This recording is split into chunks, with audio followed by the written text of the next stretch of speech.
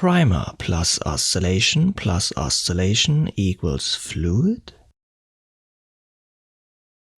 This tiny fluid portion is the playground of today's video, and we are about to build something new from it to simulate it effectively. In fact, what you see here is called a continuum. Like a 3D spreadsheet infinitely resolved, it carries information on the fluid's flow speed, temperature or pressure, for instance, so there are unique flow data at every point. Not hard to imagine that processing unlimited data on a limited capacity device renders impossible. What we really want is more like this: a fluid simulator that captures the dynamical essence of the flow resolved economically, in this case quite poorly to see a difference and make a point. Now the motion of this particular continuum exhibits an interesting feature. When pushed, arbitrary subportions keep a constant volume, a property of incompressible flow. We designed our fluid in that simplifying way, and we may want to carry over this and other physical features to the new model, basically building a simulator that preserves what we care about, only sacrificing what is not needed. Here the volume shape evolution is off, but the dominant flow structure and quality of incompressibility this volume is subjected to are sufficiently matched. So while keeping the physical behavior at least similar, we will use physical insights and neat tricks to reduce the amount of data needed to represent this physical behavior. Now, say you don't accept the visually challenging flow to the right, but the left one. Think further. Supposedly starting out with an infinitely detailed continuum, what is processed and shown in the left box? It is just another high-resolved surrogate fluid portion, not the continuum, but the argument remains. The continuum is a concept encoding infinite details, and we need recipes to deduce models computers can handle, no matter the quality, either chopped into fluid cells or maybe there's something else? By the end of this video, you will know the first ingredients that it takes to get there. Let's uncover the keys to reduce information. And the best part, all of that works not only for fluids. And this is not just meant material-wise. There is a surprise coming for us. Here's how it's done.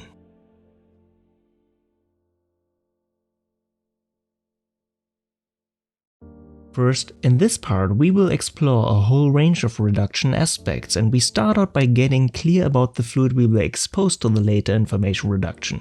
It makes life easier in the long run.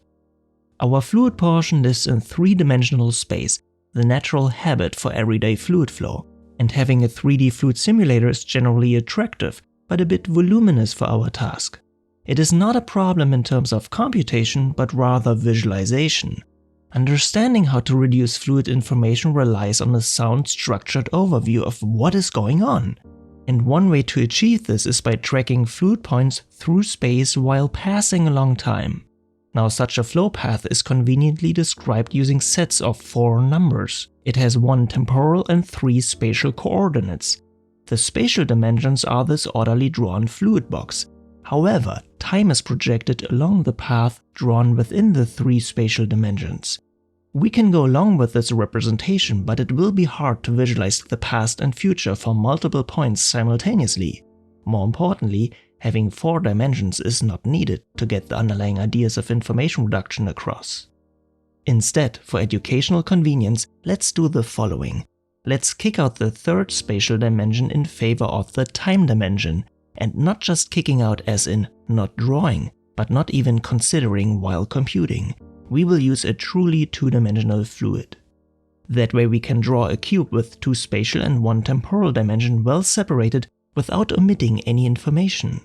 With time drawn in an orderly fashion, it is much easier to visualize the fluid's past and future simultaneously.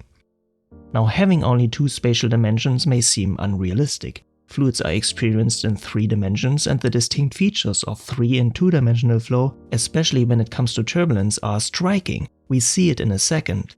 But to assume 2-dimensional flow can be reasonable given the right circumstances. So before merely using it, we might be curious, when is it justified to assume 2-dimensional flow? For the sake of reassurance, let's derive one possible answer in a structured way. We hope to find a 3-dimensional flow that can be reasonably approximated by a given non-trivial 2-dimensional flow. Say we want to work with this 2D flow model of a jet. The fluid is pushed to the right, and without any further guidance we see curls emerging, just wandering around. And between us, this is one of my dearest parts in making these videos, playtime with the simulators. Now, how do we get a matching 3-dimensional flow? Intuitively, one may go with a projection along the 3rd dimension. So in terms of the excitation, it is not an X-shaped force field driving the jet, but rather a column shape. And when initializing with slight random perturbations to account for our inability to know all details precisely, and then running the simulation, first it looks similar across all slices until it doesn't. We get amplified motion along the 3rd dimension. More clearly seen by checking the vertical interslice velocity component, it becomes non-zero. This is what I meant with non-trivial flow. Assuming a possibly infinite extension into the 3rd dimension is not the same here, turbulence is fundamentally different in both flow types. We will talk about it in greater detail in a future part. For now, as we prepare the information reduction, we would be happy to find some similarities as a justification. So let's modify the 3D fluid to bring its flow pattern a little bit closer to the 2D pattern using only things to be found in real life. To be clear, we still want to allow for motion along the 3rd dimension, a flow pattern that you expect to find in reality, but we also want this motion to be insignificant enough. So when a portion of fluid starts accelerating into the 3rd dimension, we better stop it with something existing in reality. Well, let's put something in its way. End of domain. By limiting depth via boundaries, we make it less likely that the vertical velocity component accumulates to any significance, at least in this example, and so the large-scale patterns in thin-layered flows may resemble, in some cases, specific 2-dimensional flows. Note how carefully I make my statements here, there's more to it. Now this is what we find for instance on soap bubble films or in our atmosphere. We have 3D weather, yet 2D flow can be used to study some large-scale aspects of the overall motion. Certainly, the flat 3D and 2D slices look quantitatively different here. The exact location of curls between them is not supposed to match. In previous parts we discussed the inherently chaotic nature of flows and found that slight initial disturbances lead to significant differences after some finite time, and so we are looking more from a flow structural perspective at it, and in that regard there is a resemblance between flat 3D flow and 2D flow. If we increase the depth slightly, we can see even more 3D motion creeping back into the simulation. Given a certain height, both flow signatures contribute to some extent. The overall look is still 2D-ish, with lovely sprinkles of 3D here and there. Beautiful. Pretty much as one might expect, but once I saw it, I cannot unsee it now.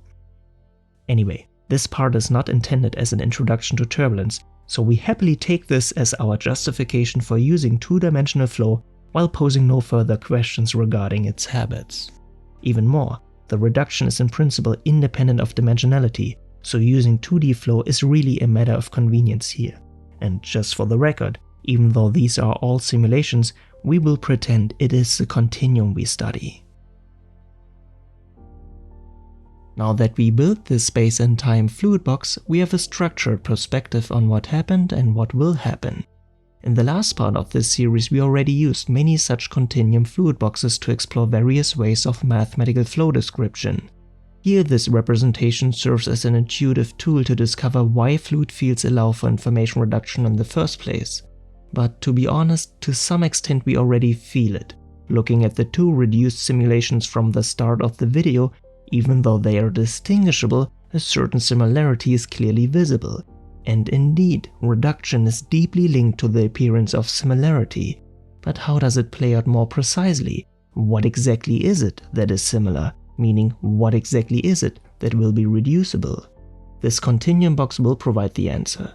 To find out, let's pick one random fluid point and track its path along with time. Now let's see how shifted starting points travel. By smoothly shifting the starting point around, a smooth transformation of the traveled path occurs, sometimes quite rapidly though. And by showing all paths at once, we note a few things here. First, more an enjoyable side note, the marked area of the 2-dimensional flow will stay constant along with time, incompressible flow. So in the unlikely event of someone asking for the area of this shape, we could bring up this simulation justifying the circle area as being the same. Or maybe we shouldn't. It is still a simulation and we didn't discuss numerical error accumulation so far. More importantly, the tube has no ruptures. Even though the paths bend in quite interesting ways, there are no gaps, just make sure to fill in enough paths. So apparently, no matter where the fluid point is, an infinitely close located neighbor will stay infinitely close forever, otherwise ruptures would emerge. Slightly farther shifted neighbors travel at least in a similar fashion for a certain period of time. It is a relative closeness of neighboring points encoding similar behavior. And that's it. The field values driving the tracer motion are indeed continuous along space and time, making them similar in local regions. The continuum exhibits local similarity, here shown for a velocity component. In fact, super far zoomed in, field values change linearly along space and time, a property we already came along in a previous part, and so this type of similarity goes hand in hand with having continua, a result which is not surprising at all, and that's great. All the upcoming keys to reduction will turn out to be not too far-fetched either, yet in combination they lead to very powerful tools. As a clarification on the further use of the terminology, we will use the term similarity as an intuitive guide to uncover reduction potential, even though it manifests here in local linearity. In a second, we will investigate this local similarity in more detail, learn how to take advantage of it, and conceive what other types of similarity there may be. But before, let's take a step back. A moment ago we got a glimpse on the usefulness of two-dimensional flow, and you could tell a similar story on the use cases of incompressible flow and many other assumptions. It's likely different from what you observe in reality. So let's name it. These models could be called fake fluids, deliberately built to be used for some tasks. And this line of thinking extends to all models we built in this series so far. All these tools are great regarding some questions, but not all, and that is okay. In an educational context with focus on information reduction, we have even more freedom. We may or may not consider further mathematical simplifications, but it turns out making the problem to be studied as simple as possible reduces headache. Sure, there are specific reduction aspects for the types of flow, but I like to capture the core ideas connecting all methods, well knowing where to dive into details when needed. So please, we shouldn't be too harsh with the model deemed unrealistic. There may come a time we need it, especially for learning. The simpler the model that makes it click, the better. Back to our fluid box. Now that we uncovered local similarity, how does it help to reduce information and facilitate the computation? First, for reference, recall how the continuous fluid evolution worked. We not only have continuous fields, but likewise attached evolution laws that dictate the changes of these fields along with time. We covered this intensively in previous parts. And for such evolutions, we found different mathematical ways to treat the progression along with time. For example, pointwise evolution operations can be formulated along with the flow or along with arbitrary curves, with everything represented with respect to spatially fixed coordinates or other moving coordinate grids. If you're interested in such mathematical formulations, the previous parts of the series are good entry points. However, to understand the core ideas of reducing continuous field evolutions, we can think of the whole evolution operation in a more conceptual way, ignoring the exact form. Here we see it as a black box that takes the information about the current fluid state as an input, which are the values of all relevant fields at all spatial points, and returns the instantaneous rates of change of these field values along time. So we give how the fluid looks, and it tells how it changes over an infinitely small time step. Continuously integrated over time, the ongoing evolution progresses smoothly while modifying all field values simultaneously. And it is helpful to embrace the idea of a black box here. The interchangeability of the formulations gives structure and promotes a certain modularity of the approach. We can come back and change things if needed. And for less distraction, we focus on one of the velocity components as a placeholder for any other field. Now, to emphasize the looming problem, the black box evolution comes at a cost per computed data point. Evaluating infinitely many of these values per time slice brings us infinitesimally further along time. Computationally, there is no progress. Apparently, we need to limit the number of computations without reducing the fluid details too much. And this numerical discretization must take place along the spatial domain as well as the temporal domain. Having one infinitely resolved dimension is enough to be computationally unfeasible, obviously. Then let's dive into feasible ways to treat fluids numerically. And to put it mildly, the catalog of numerical methods is huge and possible combinations and classifications of these methods are practically infinite. To not get lost, we will explore this delicate new playground in a curious way that feels like the natural extension of what we did all the time, inspecting the problem at hand and thinking of alternative, more straightforward ways to describe the essential information. And even though different evolution formulations invite preferable specialized ways to discretize the continuum, and we started with a rather classical approach here, we will almost accidentally uncover more fundamental building blocks leading to an astonishingly unified perspective on many approaches stretching far beyond fluid simulation. Once we have these underlying tools, practically realized methods will appear as natural consequences. And so with time, we will learn in a believable way the essence of computational fluid dynamics. Now, to conceptualize a first computationally feasible continuum representation, we focus on one time slice with the values drawn as the height, and we pay attention to the local domain of one computational point. As we have seen, super far zoomed in, all field values change linearly, and of course only by a super tiny bit, just zoom in enough. So applying the same evolution law to the infinitely many points in this local box alone, all with similar values and effectively constant derivatives, is undoubtedly redundant. These computations never escape what the continuous fields provide in the first place, local similarity. As we already realized, to trim the computation towards less redundancy, we should only compute field values at a finite subset of all points. Let's call them sample points, or in terms of our black box, we give a reduced look at the fluid and it tells how this reduced perspective changes along finite time steps. So let's build and understand this reduced perspective, starting with how reduced should it be? Looking at the reference flow pattern, what sampling point distance are we comfortable with, intuitively speaking? Using too few sample points, well, without the reference we wouldn't see anything. There is so much going on between the points that is not sampled, it would be non-trivial to estimate quantitatively, and alternatives appear not unlikely. By adding more and more points, we can exclude some of these imagined alternatives while converging to the reference. Unsurprisingly, a suitable resolution strikes some balance between getting the right picture and computational simplicity. Certainly, there are regions where we would like to resolve more and others requiring less resolution. Adaptivity is a straightforward desire, which ideally resolves just about the locally similar regions. Please note, as our focus is on sampled values so far, the field values shown in between are meant to visualize our imagination of the remaining flow field. We will learn more about the technical treatment of this imagination later on. Now consider looking at the reference again. There is something misleading about it, because in actuality we only have sample values and our imaginations in between. We never see the true non-trivial reference. It would be a result of infinite computations. We merely have high resolved approximations which deviate from the reference due to all kinds of errors.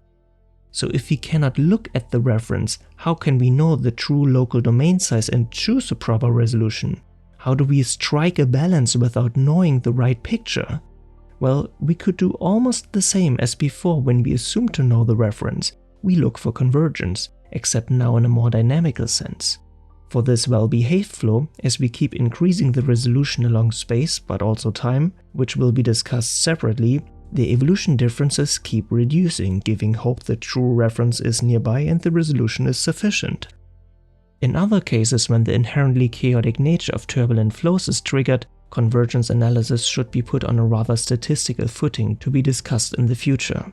Alternatively, there are physical considerations that give estimates of the smallest curl sizes of turbulent flows. Without going into details here, it should be known high-resolution demands are not untypical. Local similarity still encourages the reduction in these cases, but with possibly super small local domains. But there is an interesting shift in perspective on the choice of the resolution. There is a way to expand the average local domain while still acknowledging the remaining essential flow information. To uncover it, let's rethink what resolving actually implies, expressing differences of field values. And when considering what we are actually interested in, we realize we don't want to resolve everything. And as we will see, we don't have to resolve everything. Often the more prominent overall flow patterns are of utmost interest and we are eager to find them. Still, the remaining tinier details provoked, for instance by turbulence, we need to know their energetic net effect on the dominant flow behavior. They are present, so they leave some dissipative footprint, but these quantitative turbulent movements may be irrelevant to us. It's just too much information. This perceived irrelevance is more pronounced by looking at these slightly differently initialized flows. Even though the flows start off similarly, if tiny differences accumulate remarkably and we don't want to apply guesswork which one manifests in reality, why not compute all possibilities at once by applying an averaged look at the fluid as already motivated in the last part? We conceptually superimposed many independent simulations to generate an averaged flow pattern to be expressed as a new independent model, which interestingly looks partly like a more viscous version. It has to hinder turbulence somehow. And indeed, the task of such an artificial fluid is merely to provide the respective dominant flow patterns of the initial fluid, with tiny details non-existing, and everything you can imagine to creatively build such a model is acceptable. Now, to be honest, actual possible realizations of such conceptual average flows are more involved, with many different formulations and interpretations that deserve to be addressed in a separate part. However, the critical bit for now is that such surrogate models show local similarity themselves, with on average larger local domains requiring less resolution. So the new presence of a smooth look at the fluid renders local similarity now a rather practical entry point for information reduction. Let's assume we spatially resolve all fields appropriately, here with the same sample point locations. How to evolve this reduced look at the fluid? To better understand the essence of the problem, we focus on one velocity component as well as the pressure. Additionally, we highlight a few values of one tiny spatial slice with its time evolution continuously drawn into the depth this time.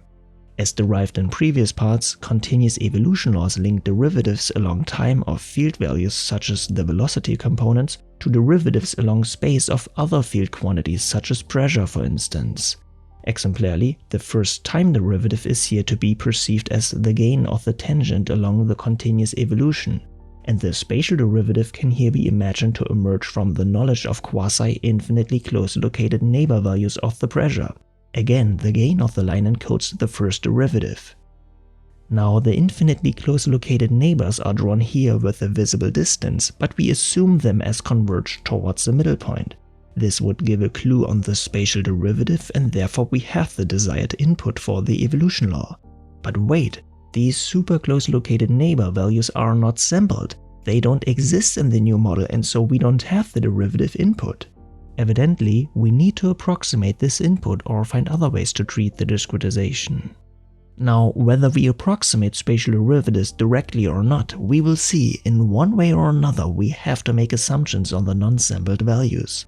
And when it comes to these assumptions, it turns out, as we assume to resolve sufficiently, here super causally to see differences, our former imagination on filling in the missing data gives a good hint on what comes next. We fill in the missing data assuming specific simple shapes.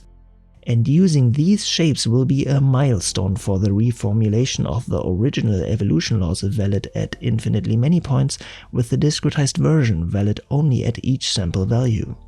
And we will see these shapes come in different flavors. To be clear, the technical treatment of these shapes and the resulting evolution laws will be investigated in the upcoming parts. But before digging into it, let's seize the opportunity to look further into the implications of using shapes in the first place. There's a more general pattern at play here. And for simplicity, we go with the bilinear shape approximation for now. You see, by using shapes, we build a surrogate continuum with still infinitely many values that, however, will be controlled by a finite set of sample point values. And the overall shape we fit in is made of superimposed scaled basis shapes that each control one of the field values to flexibly generate a local representation of the field. And most importantly, each of these fundamental shapes is allowed to be non-zero only in a local domain. They are design tools to express local similarity, precisely what we wanted. Now, the nature of the continuum demands this local similarity, and it holds for the further development, but maybe there's another type of similarity that goes beyond locality, another type of shape, another entry point for information reduction.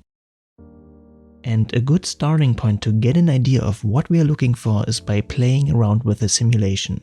And we could actually start out from the conceptual continuum, meaning here a highly resolved fluid simulation. However, recalling that we built the spatial discretization to reflect local similarity, using a less demanding case that we can resolve less intensively has the benefit of not missing any details within the visual resolution. We are guaranteed to see any dynamical behavior this simulation generates, as it can only emerge on a larger domain compared to the now visually resolved local domain. Now, we didn't address temporal discretization for now, but as looking at stuttering is quite demanding, we assume a visually pleasing resolution along time. Given all that, the first thing we notice is the remaining level of detail our simulator enables. Here the chosen resolution appears necessary as there are tiny structures everywhere. So if we want all these details at once, we could make the formulations more efficient by using different local shapes for instance, but overall we better stay with this level of detail. The other way around, it means if we want to describe the flow patterns in a more reduced way, we have to pay for it by sacrificing some of these details. But that's actually not a bad deal. Given the vast amount of possible flow patterns even this low-resolved simulator enables, the practical range of flow patterns needed for a specific problem is often way more confined. A trade-off should be possible. To see it in action, let's start sacrificing, which sounds oddly happy. Anyway, here this could mean we promise our simulator to not arbitrarily push the fluid around anymore as we did before. I promise. And assuming the simulator has a great day, it responds, "It has a great day and responds." Alright, I grant you 3 wishes. Oh, okay. Please widen the domain, place an obstacle and push the fluid to the right. Thanks, I guess. Anyway, let's see what happens. Now the point is not about what I actually wished for, but that I only had a limited number of things to wish for, and everything else will be determined by the flow on its own, which in its fundamental nature won't change, so maybe this implies some kind of similarity? So we are not interfering anymore and we are looking for specific behavior that unveils possible similarities. Apparently, as the flow keeps moving, curls form behind the object and with time a certain repetitiveness appears. All the sample points still show individual values, but it doesn't seem so chaotic anymore. If we take a snapshot every 3 seconds, it looks almost similar. Wait a second, similar at non-neighboring time steps? Non-local similarity. This flow evolution should be reducible, and to assume some reduction potential is here rather expected. Looking at the flow for a certain period of time, you can probably guess how the flow patterns evolve. You don't have to foresee too much of the chaotic behavior. Now, there are many attempts to accomplish this task, but in their core you often find an interesting conceptual resemblance with the spatial discretization itself. As we describe the field values using superpositions of certain basis shapes, in this case non-zeros at individual local domains, we can similarly use certain sets of basis shapes that encode families of dominant flow patterns in consecutively refined ways. And as the costly evolution equation evolved the scaling factors of the basis shapes and so the local values individually, we might seek for evolution equations now dictating the scaling factors of the new basis shapes individually, each having now a more global impact. Whether this will always be possible or useful needs to be seen, but having transformed the representation in such a way, the goal is now to get away with a limited number of those shapes and costly computations, much less in total compared to the spatial discretization. Of course, all of this raises many questions I'm excited to address soon. For today, I hope you can appreciate this cautious look at the flexibility of basis shapes, and I hope you see the potential for information reduction. Now, if you have followed this series for a while, you may remember how we imagined the quantum mechanics simulation in the very first video. We quickly realized that alternatively to using spatial discretization, we can in fact represent the wave function evolution by superimposed shapes with a more global behavior as well. That's what I love about the tools we are about to uncover. They are much more versatile than one might think, and I can't stop playing around with them. With that being said, I'll nudge the simulation a bit more. You go ahead and recap. Starting out with the rich dynamical behavior of three-dimensional flow, we uncovered a first hint towards the use cases of purely two-dimensional flow. Nonetheless, the remaining details may render out of range of spatial and temporal resolution, which should reflect local similarity. Following ideas of ensemble averaging, alternative evolution laws provide a more focused look at the dominant flow structures, thereby requiring less resolution. Independent of applying such modified evolution laws, field values were expressed using various basis shapes that will help us to find the right language for the upcoming questions. Thank you for watching and your support.